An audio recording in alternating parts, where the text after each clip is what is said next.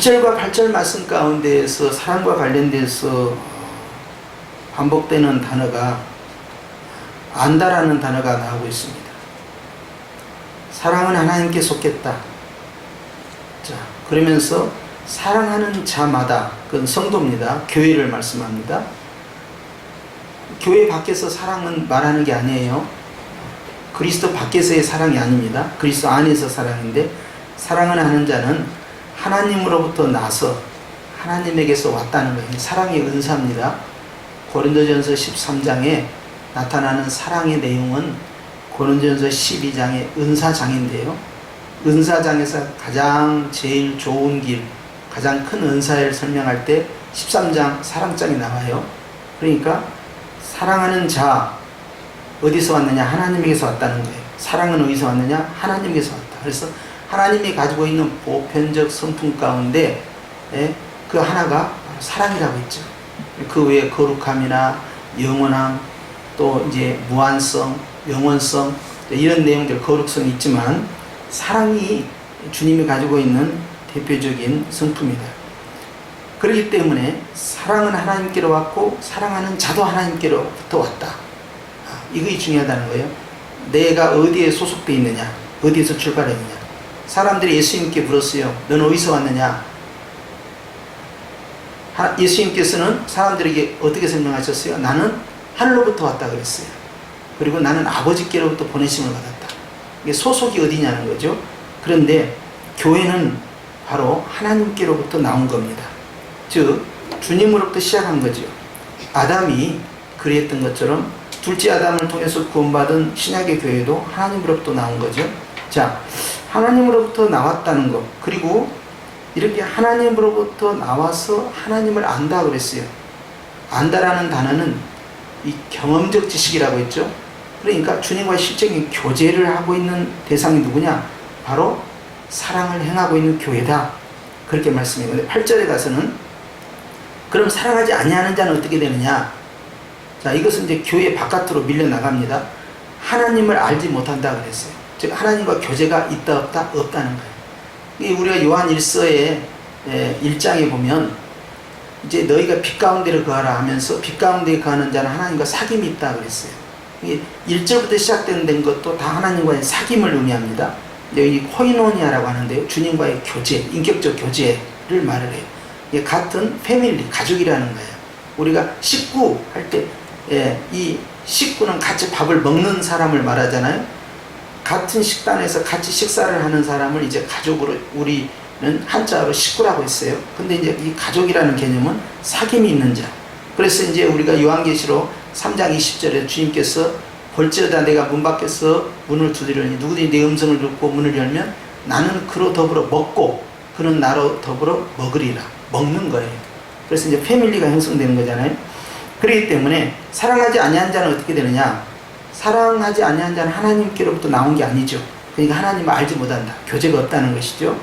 왜? 하나님은 사랑이기 때문에 그러하다. 자, 그러면 우리는 전에 어떤 사람이 이제 하나님을 보고 싶다고 그랬어요. 저도 이제 들은 이야기예요. 하나님을 보고 싶다고 하니까 그 사람이 하나님을 볼 수가 없잖아요. 그러니까 굉장히 답답했어요. 그런데 어느 날 그 사람이 그 나병 환자들을 치료하고 있는 케어하는 목회자를 본 거예요. 그리고 거기에서 그 사람이 깨달은 거예요. 아, 난 하나님을 보았다. 어디서 봤느냐? 그 나병 환자를 치료하고 있는 그 목사님의 모습 가운데서 주님을 발견했다는 거예요. 무슨 뜻일까요? 결국 우리가 영적인 어떤 영안이 열려서 하나님을 보는 것도 보는 거지만 하나님 안에 속해 있는 성도를 통하여, 즉 교회를 통하여서 주님을 보여줄 수 있는 선행, 어떤 선행? 사랑의 선행. 그것이 하나님을 나타내는 하나의 방법이잖아요. 그렇기 때문에 그리스도를 보여주는 방식이 그겁니다. 요한복음 15장 말씀에서도 주님께서 열매에 대해서 말씀하시다가 너희가 열매를 맺으면 사람들이 너희가 내 제자인 줄 알리라. 그것은 너희의 그런 삶을 통하여, 행위를 통하여서, 인격을 통하여, 언행을 통하여서, 그러한 행동을 통하여서 예수가 보이게끔 하라는 거예요. 예수님의 인격과 예수님의 성품이 보이는 것. 이게 굉장히 중요합니다. 우리가 하나님 안에 속해 있는 방법이, 법적으로 속해 있는 방법이 있어요. 그래서 예수님을 믿고 예수님으로부터 이제 구원을 받은 그런 법적인 이제 인침, 즉 믿음을 얻게 된다 이 말이죠. 그렇게 해서 우리는 그리스도 안에 속한 자로 선언을 받습니다. 그리고 그 선언의 증거로서 세례도 받습니다. 그런데 그걸로 끝나는 것이 아니고요. 이제는 신분상의 법적인 그리스도에 속한 자가 아니라 삶 가운데 생활상에 있어서 그리스도에 속한 자로 살아가는 것이 신분상의 성도가 해야 할 생활상의 모습이라는 거예요. 그래서 주님은 그걸 통해서 열매를 풍성하게 나타내기를 원하시잖아요. 그렇기 때문에 우리는 이제 구원받은 자로서 하나님께 속한 자로서 하나님의 모습을 보여주는 성도의 삶, 이것이 대단히 중요한 문제라는 거죠. 이것을 이제 거룩한 삶이다, 그래서 성화라고 해요. 그런데 이제 어떤 사람들은 반대로 하죠. 그런 거룩한 삶을 보여줘야만이, 착하게 살아야만이 그 사람이 구원받은 것이다 라고 이렇게 가르치는 이런 교파나 교회가 있어요. 그렇지 않고요. 주님으로부터 이미 구원을 받았기 때문에 구원받은 신분상의 그 위치를, 포지션을 생활상에 실천하는 삶을 통해서 보여줘야 한다. 이것이 바로 주님이 우리에게 원하는 빛과 소금의 선한 행실을 통하여 하나님께 영광을 돌리라는 그러한 마태복음 5장의 말씀을 실천하는 거예요.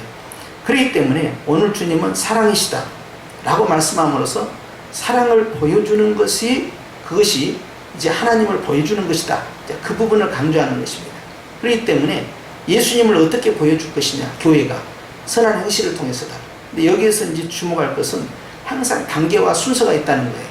교회가 하나님의 사랑을 보여줄 때 가장 먼저 할 것은 성도들끼리, 가족들끼리 먼저 하는 겁니다. 이 순서를 반드시 지켜줘야 돼요. 우리가 내부적으로 사랑하지 아니하고 외부적으로 하는 것은 가증한 짓이에요. 사람은 속아도 하나님은 속지 않습니다. 정말 사기꾼들은요, 99.9%가 정말 비싼 것 같아요. 그런데 주님은 속지 않아요. 불순물을 딱 잡아냅니다. 이건 가짜다. 그런데요, 우리 주변에 있는 정말 진짜 같은 가짜들은요, 정말 진짜보다도 정말 더 진짜 같아요. 그런데 주님은 아셔요. 속지 않습니다. 그건 가짜다 그래요. 그렇기 때문에 내부적인 사랑이 인위적으로 만드는 것이 아니라 성령으로 이것이 나와야 되는데, 여러분 사도행전 2장에 보면 사도행전 2장 42절에서 47절 말씀에 초대교회가 3,000명을 형성하면서 자연스럽게 성장을 이루어갑니다. 그러면 어떻게 성장이 되느냐? 단순해요. 그들이 전도하지 않았습니다. 그들이 나가서 노방전도한 게 아니에요. 누구를 강권해서 데려온 내용도 없어요. 그들은 뭐 했어요? 사도들의 가르침을 받아 말씀을 배우고 떡을 떼면서 성전에 모이기를 힘쓰고, 그리고 집에 있을 때든지 가정에 있을 때든지 그들이 서로 친교했다는 거예요. 그리고 백성들에게 칭찬을 받았다는 거예요. 왜 칭찬을 받았을까요? 선한 일을 했을까요? 아닙니다. 구제를 했을까요? 아닙니다. 사회봉사를 했을까요? 아닙니다. 그들이 왜 칭찬을 받았느냐? 그것은요, 그들이요, 변화된 모습을 가지고 있었어요. 지금까지 유대 사회에서 없었던 공동체의 문화를 새롭게 만들었어요. 지극히 사랑하고 겸손하고, 그리고 항상 얼굴이 밝고 찬미하고, 그리고 성전에도 모여서 주님을 찬양하고, 가정에서도 서로 사랑으로 떡을 나눴어요. 이런 일이 기존의 유대 문화에 있었느냐? 없었어요. 그런데 없는 문화가 새로 생긴 거예요. 그 모습을 넌크리스찬 유대인들이 보면서, 야, 쟤네들 문화가 다른데 사람이 바뀌었구나.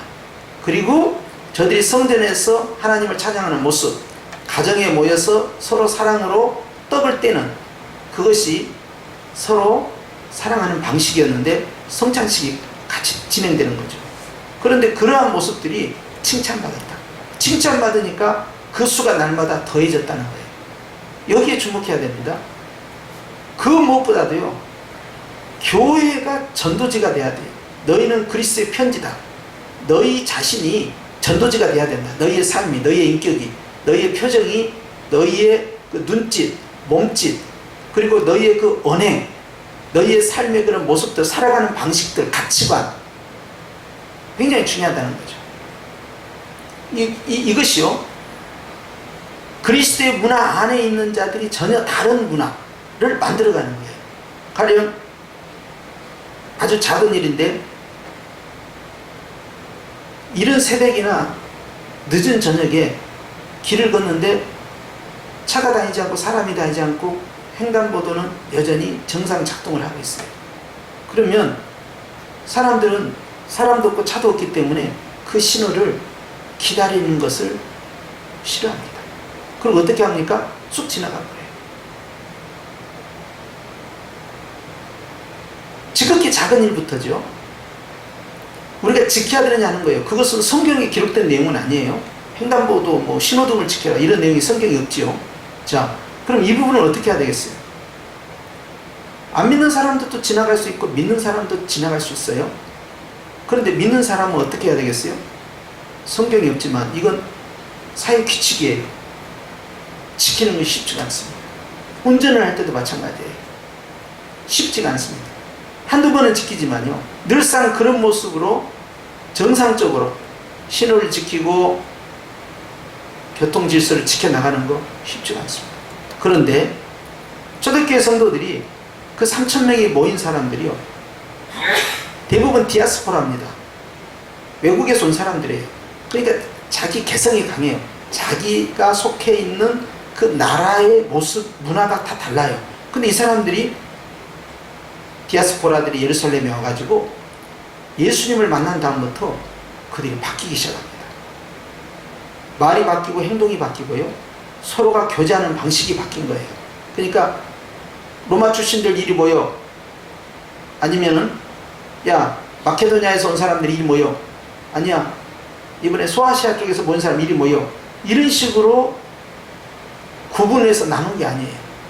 그들이 사랑으로 하나가 될 때 기존에 있는 유대인들이 봤을 때, 아, 저 사람들 완전히 달라졌네? 우리가 그동안 만났던 그 디아스포라가 아니야. 어떻게 됐지? 예수를 믿는다더니 사람들이 바뀌어졌다. 그런데 어느 정도냐? 칭찬받을 만큼. 어느 정도야 사람들이 칭찬할까요?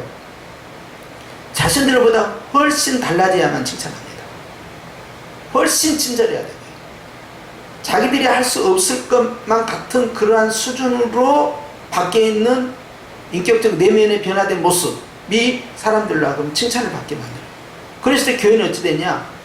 저절로 부흥이 된 거예요. 저 뭔데 사람들이 저렇게 바뀌어가지? 한번 가볼까?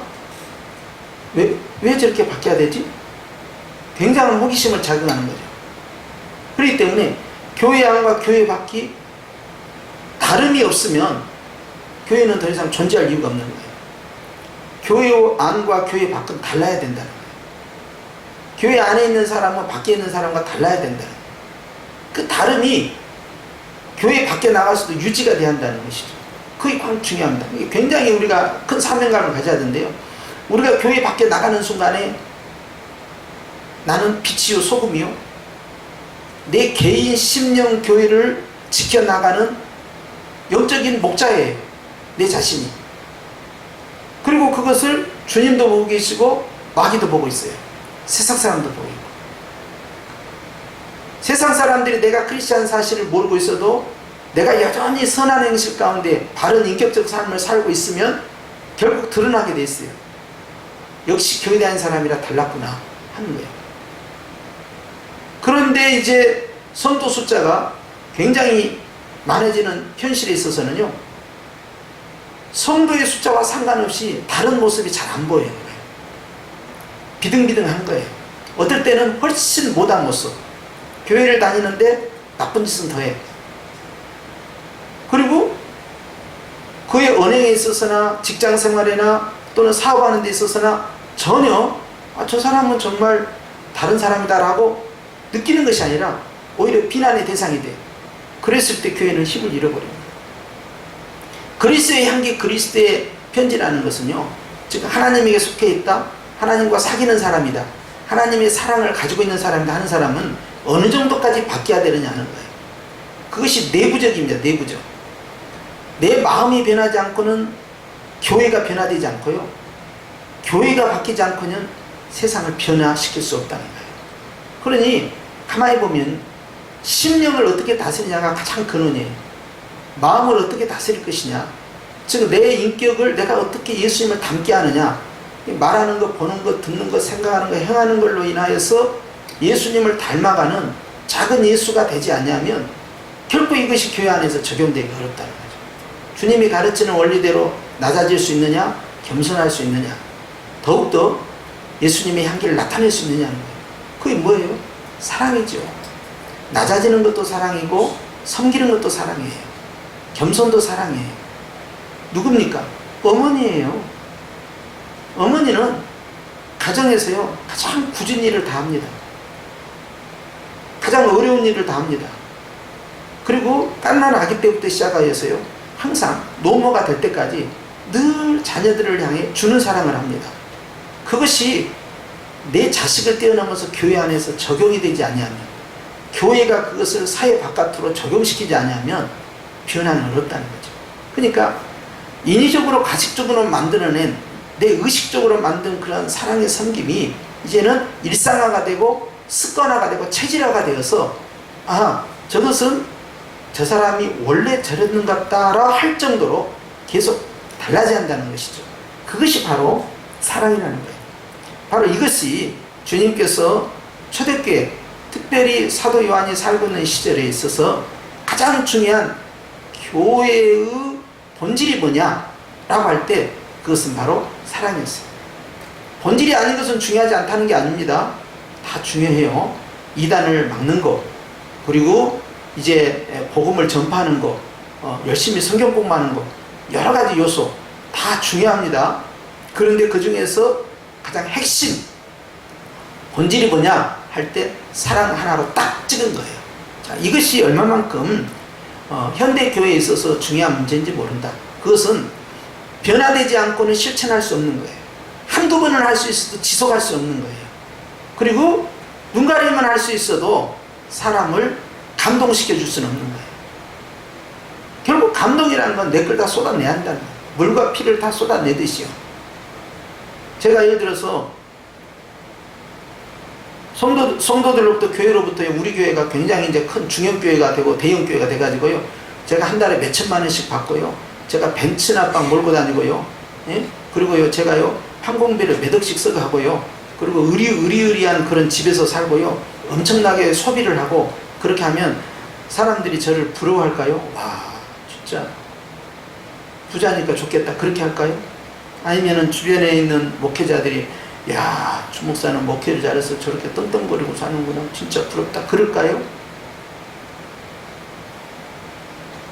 감동이 없잖아요. 감동이.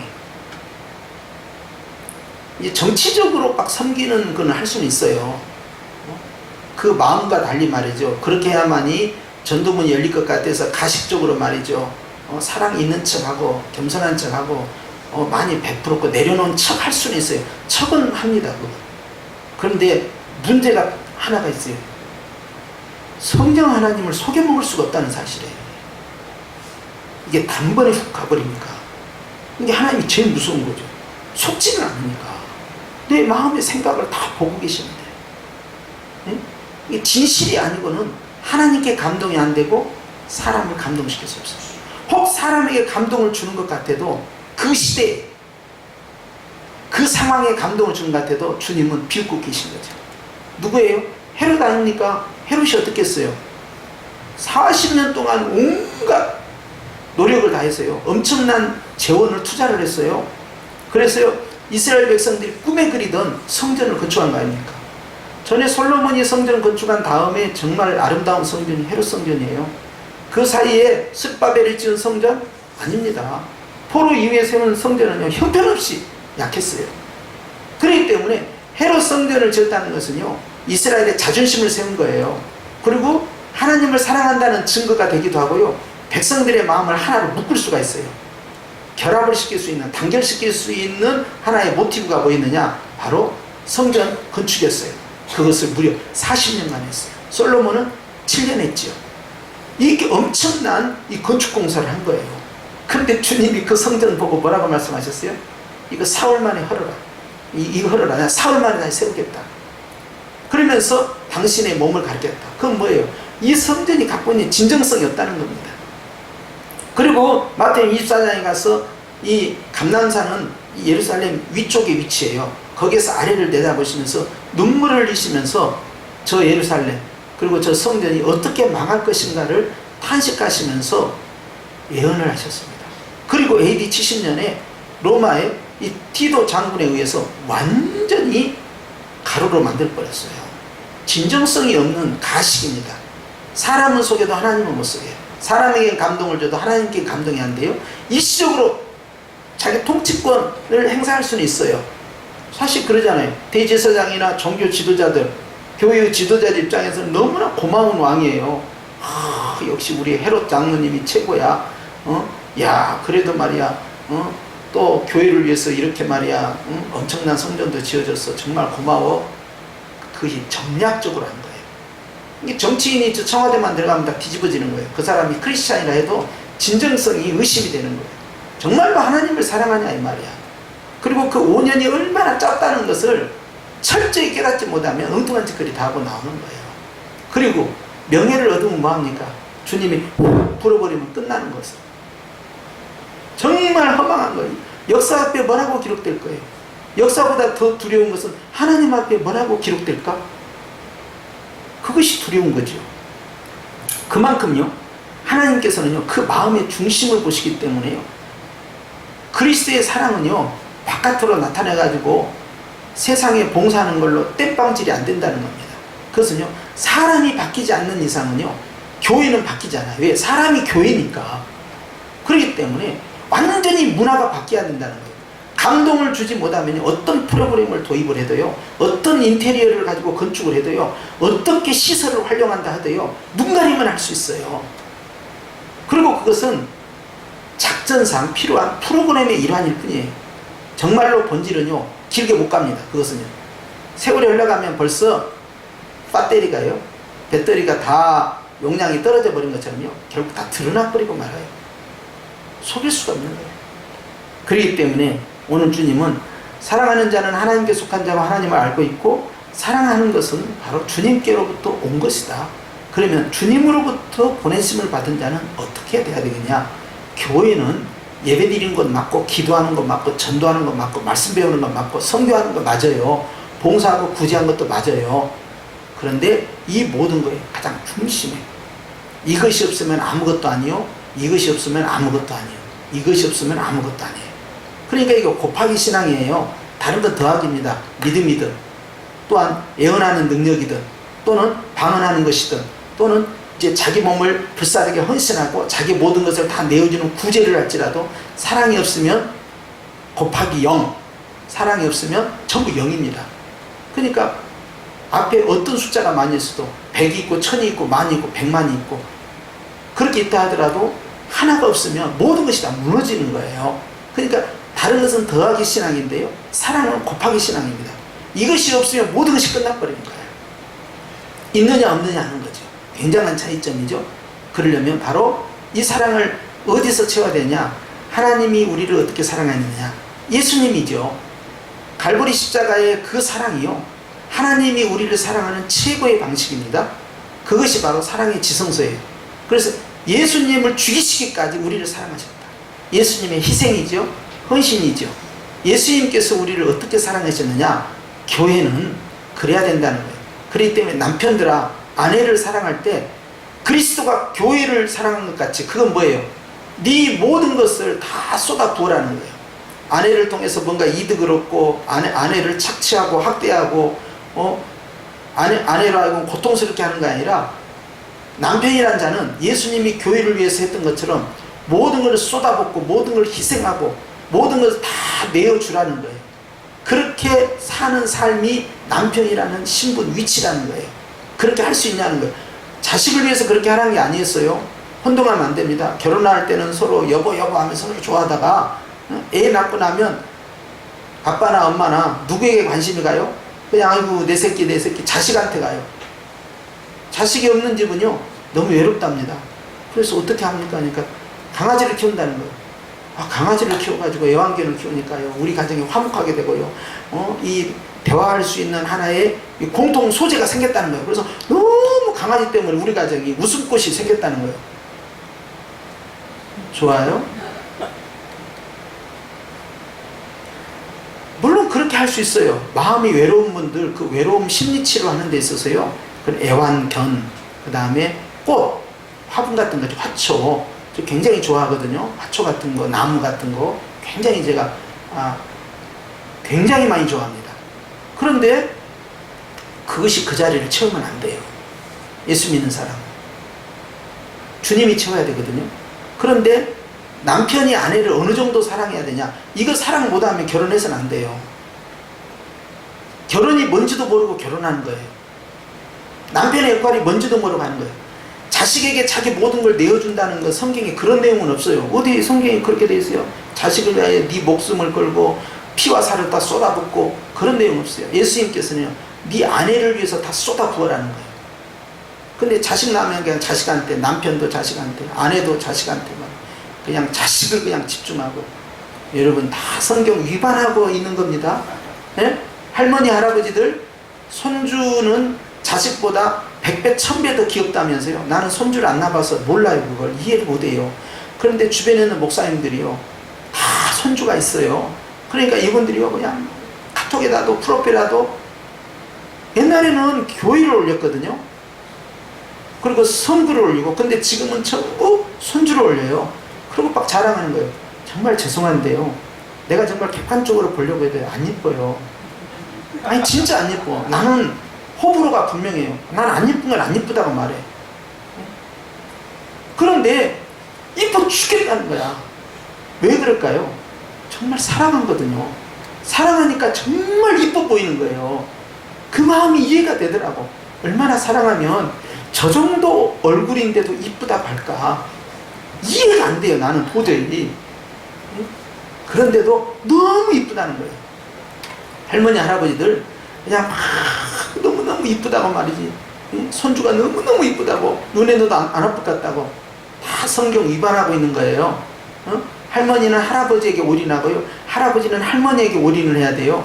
요것부터 안 되고 자식한테 올인하고 손주에게 올인하고 이런 분들은요, 이제 마음을 가다듬고요, 회개를 하세요. 아, 이게 잘못 살았구나. 성경대로 사셔야지요. 그렇죠? 부부가 먼저 사랑을 하나입니다. 그러면서 남편에게 그 엄청난 예수님의 사랑을 짐을 져주시고, 예수님께서요, 그 다음에 아내에게 뭘 요구하셨어요? 아내는 교회가 예수님을 어떻게 섬겨요? 매 주마다 섬기잖아요. 기도하고 의지하고. 아내는 그런 관계로 가야 된다. 결국 둘 다 사랑으로 꽁꽁 묻혀서요, 여기는 차별도 없고요, 학대도 없고요, 무시함도 없어요. 그리고 다른 데 마음을 뺏기지 않습니다. 떨어지면 곧 죽을 것처럼. 그래서 결혼이에요. 결혼. 하나로 묶어버린 거예요. 결합을 시킨 거예요. 그랬어요. 교회 안에서요, 내가 바뀌지 않는, 변화되지 않는 것, 내가 예수님의 사랑으로 체험을 하고요, 예수님의 사랑으로 바뀌지 않으면 결코 내가 변화되지 않는 상황에서 교회의 사랑이 이루어질 수 있느냐? 불가능하다. 교회가 사랑으로 완전히, 저 교회는 사랑의 교회야. 정말 저 교회는 사랑이 넘쳐. 정말 속 밑바탕으로부터 정말 저 사람들은 사랑이 넘쳐. 그렇게 하잖아요. 정말 단언하건대 정말 교회 부흥합니다. 뭐 아멘을 좀 안 하고 버티시는데, 예? 존말할 때 아멘 크게 안 하세요?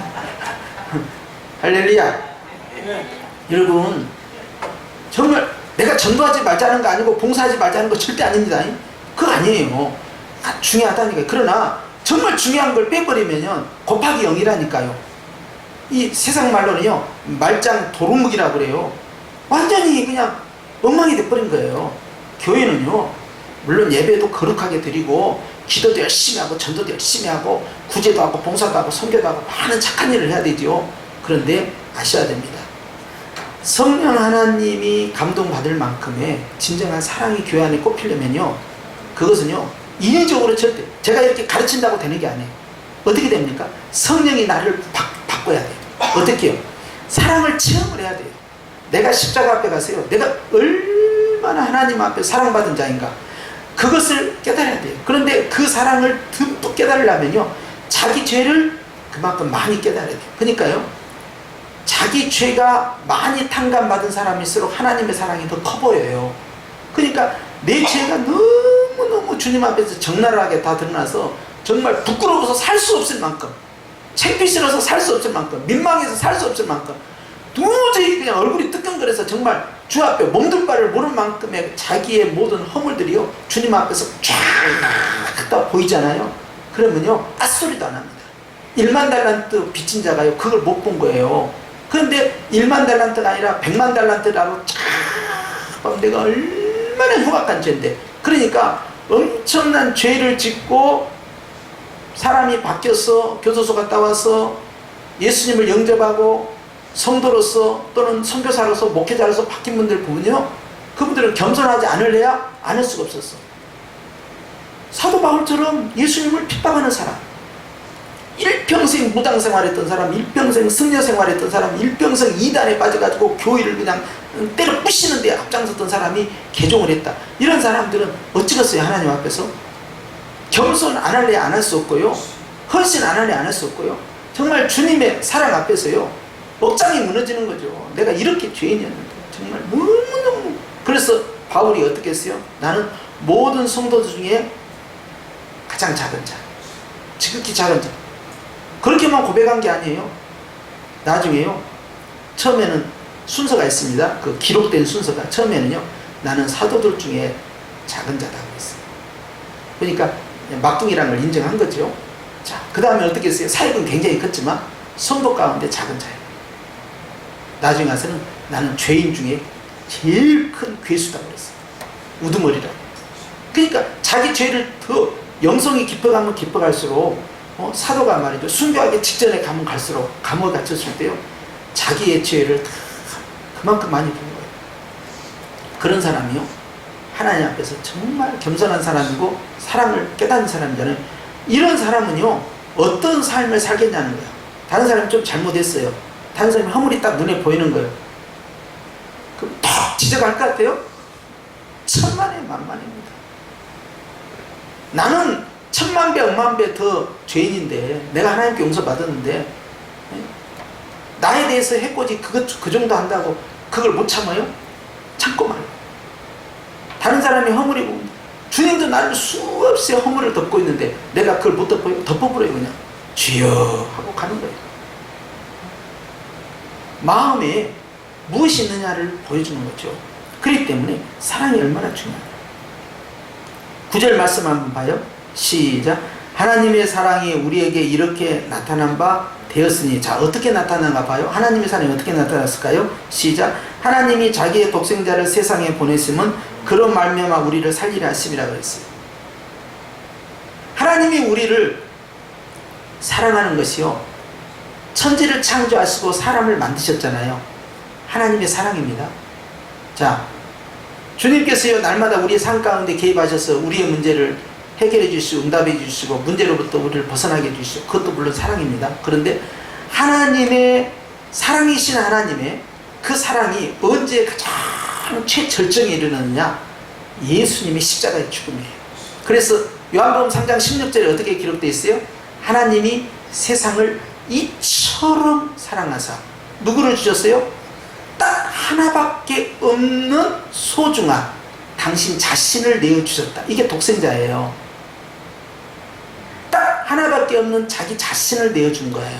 이게 독생자란 말은 하나님의 아들이라는 개념으로 이해가 되잖아요. 그런데 또 다른 의미가 있어요. 그것은 아주 독생자는 독특하신 유일한 자신을 의미할 때 독생자라는 용어를 써요. 근데 부자관계를 설명할 때는 독자지만요, 삼일체 관점에서 보면요, 독특한 그리고 유일한 하나님 자기 자신을 내어주셨다. 왜? 세상을 이처럼 사랑하사. 주신 이유가 뭐예요? 독생자 주신 이유는, 이는 저를 믿는 자마다 뭐하지 않게끔 멸망하지 않도록 하기 위해서 당신을 죽여버렸다는 거예요. 오늘 말씀도 같아요. 독생자를 세상에 보내셨다. 그것은 뭐예요? 세상에 밥이 되도록 던져버린 거예요.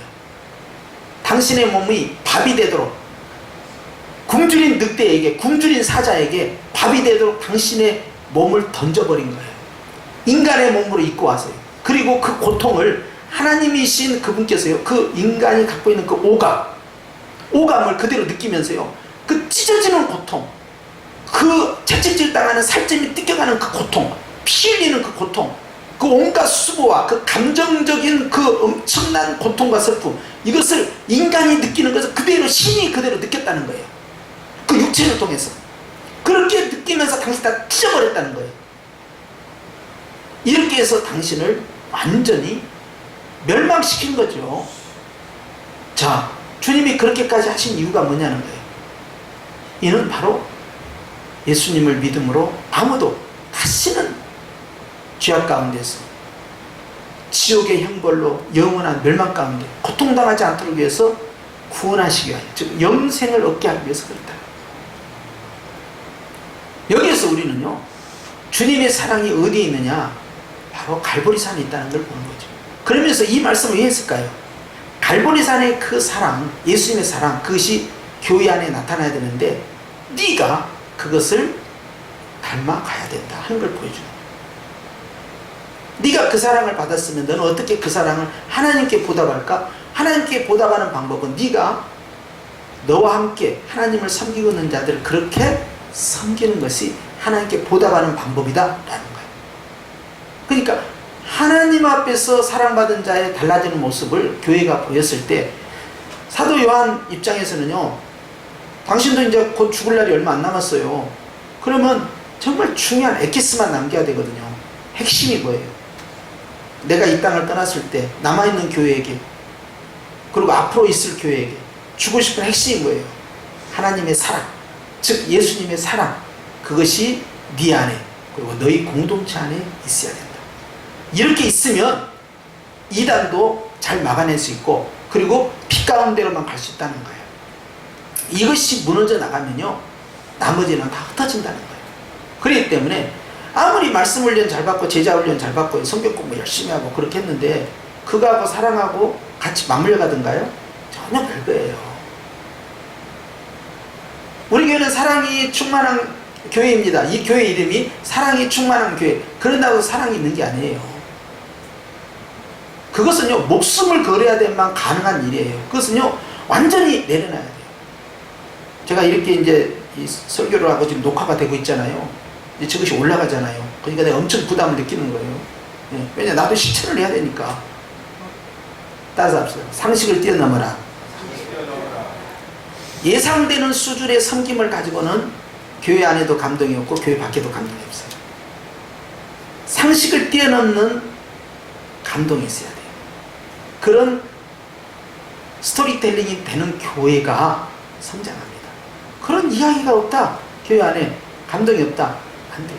그 누군가의 눈물이 있고요, 그 누군가의 희생이 있고요, 누군가의 섬김이 있고요, 누군가의 그 내어줌이 있었다라는 그 스토리가 교회 안에 존재할 때 그 교회는 그걸 보석처럼 여기고 그 위에 교회가 세워져 가는 거예요. 그리고 또 다른 보석이 또 등장해서요, 거기에 섬김과 희생과 헌신의 그 낮아짐에, 그 그리스도의 사랑을 실천함에. 그래서 여수 예양원 같은 경우도 사람들이 뭐하러 그걸 갑니까?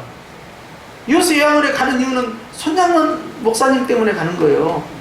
그 계시는 그 환자들, 사실 그분들을 보러 거기까지 간 건 아니죠. 1차 목표는 손양원 목사님이에요.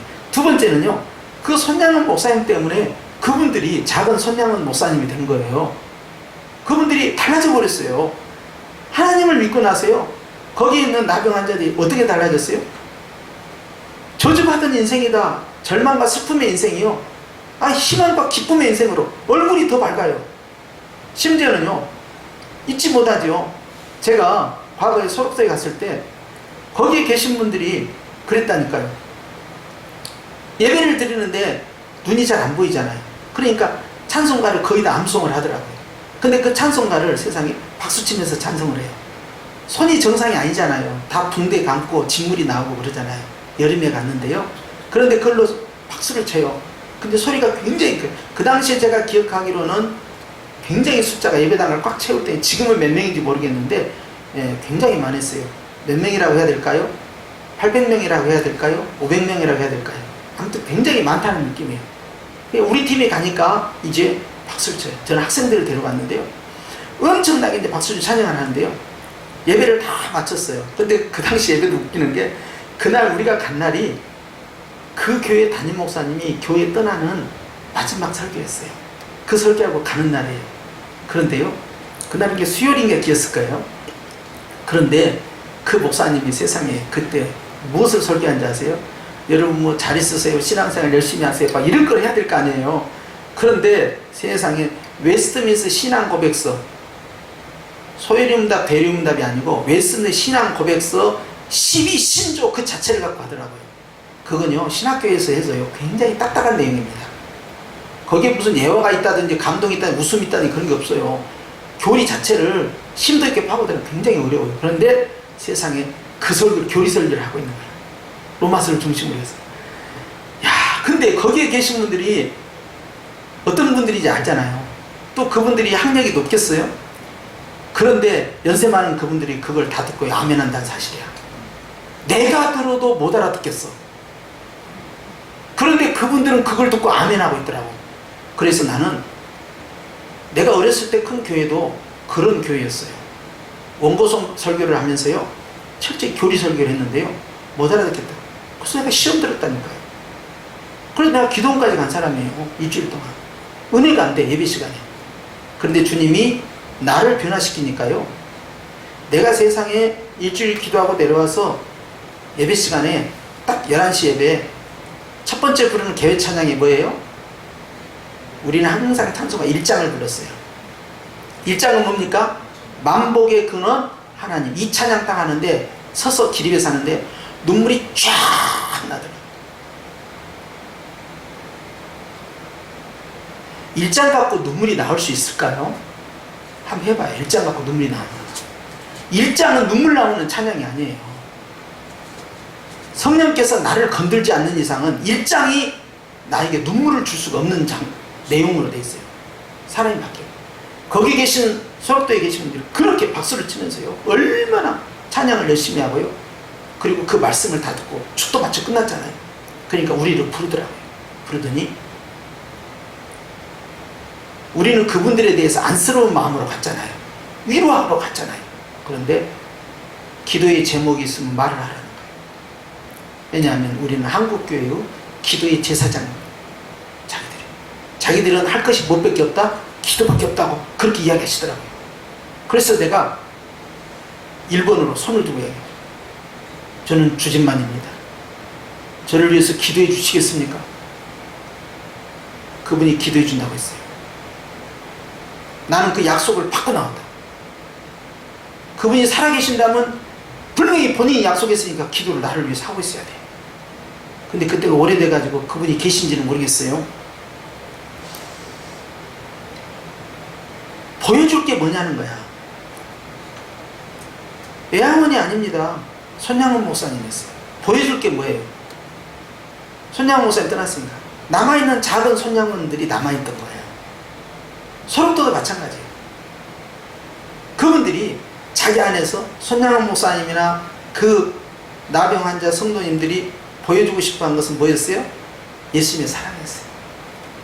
오히려 거기까지 올 때는 저주받은 인생이라고 탄식하면서 걸어오고, 걸어올 때마다 발가락 하나 떨어져 나가고 손가락 하나 떨어져 나가고 정말 그러면서 그까지 갔다 그래요. 부모도 버리고 나라도 우리를 버렸다 했는데요, 그곳에서 하나님을 만났네요. 이분들이 오기 전에는 하나님 안 믿는 분들인데요 만났어요. 너무 행복하답니다. 그런데 합리화시키는 것이 아니고요, 표정을 통해서 나와요. 너무 행복하다. 하나님은 우리를 버리지 않았다. 응? 그래서 그 하나님의 사랑을 알았다는 거예요. 그런데 같이 가는 학생들은요, 그분들이 손을 내미니까요 무서워서 덜덜덜 떠는 거예요. 손을 잡는 것을 전염되는 줄 알고 나는 얼른 손을 꽉 잡았죠. 꼭 기도해 주셔야 합니다. 아이들은 막 무서워하고 그러면서 아이들에게 그랬어요. 그때 이제 고등학생들 데려갔었는데요, 우리가 하나님께 너무 감사가 없는 거 아니냐. 만약 우리가 눈썹이 다 빠져버리고 손가락이 떨어져 나가고 발가락이 떨어져 나가고 코가 다 없어지고 그런다면 우리 인생이 어떻게 될 거 아니에요. 근데 우리는 너무나 하나님이 주신 것이 많은데 그것에 대해서는 전혀 감사하지 않는, 내가 손가락이 10개라는 사실 앞에 감사하지 않는, 발가락이 10개라는 사실 앞에 감사하지 않는, 내가 눈썹이 붙어있고 코가 정상이고 귀가 정상이고 진물이 나지 않는 것에 대해서 전혀 감사해요. 뭔가 계속 불평을 하니까 짜증을 내고 부모들한테 가고 신경질 부리고 너무나 많은 부분들에 있어 우리는 감사가 부족합니다. 그분들의 모습이요, 마음에 감동이 있고 울림이 있더라고요. 참, 교회는 어때야 됩니까? 결국 예수님을 보여야 되는 거죠. 누구를 통하여? 달라진 나를 통하여, 달라진 내 마음과 내 인격과 나의 삶과 내 언행과 나의 모습을 통하여서 그것이 바뀌고, 그런 바뀐 분들이 교회 안에서 많이 생겨서 교회가 바뀌고, 그러면요 교회는 성장할 수밖에 없는 구조예요. 여러분, 일이 아닙니다. 주님입니다. 일이 아닙니다. 하나님이 나를 변화시킴으로 내 안에 계신 그리스도를 보여주는 겁니다. 우리는 그리스도의 향기요 그리스도의 편지이기 때문에 그래요. 그래서 하나님께서는요, 당신 속에 있는 가장 소중한 당신 자신이신 예수님을 이 땅의 세상의 제물로 죽도록 내어줬다는 거예요. 그럼 우리도 어떻게 해야 되겠냐?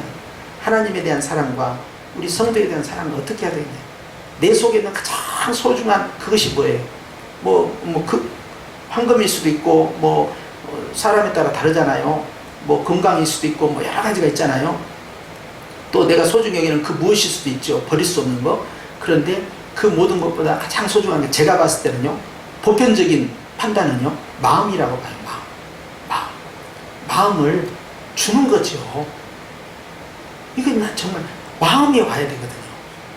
부부간에도 마음이 있고, 가족간에도 마음이 있고, 연인관계에도 마음이고요. 주님과 우리와의 관계도 마음이거든요. 그래서 내가 네 마음 안에 거하겠다는, 마음 안에. 이게 정말 중요하거든요. 정말 우리가요, 이런 모습의 이제 사랑의 공동체를 형성했을 때 사도 요한은 안심이 된 거예요. 그러니까 얘들아, 다른 건 다 잊어버리더라도 너희가 서로 사랑해라.